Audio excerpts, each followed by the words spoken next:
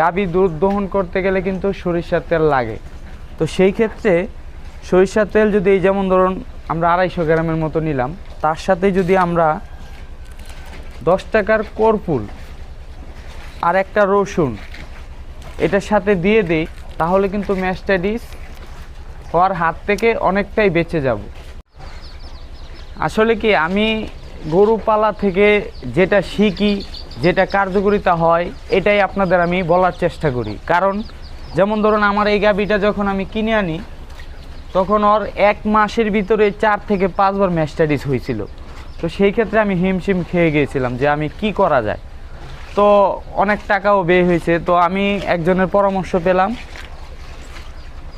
এই কর্পূর আর একটু রসুন দিয়ে হওয়ার আগে এই কর্পূরটা ব্যবহার করি, তো ইনশাল্লাহ ম্যাস্টাইটিস আর হবে না। আর ম্যাস্টাইটিস হয়ে গেলে কিন্তু কর্পূরটা আপনার উলানে ব্যবহার করি, উলানের চাক্কাটা যেন ভাঙে।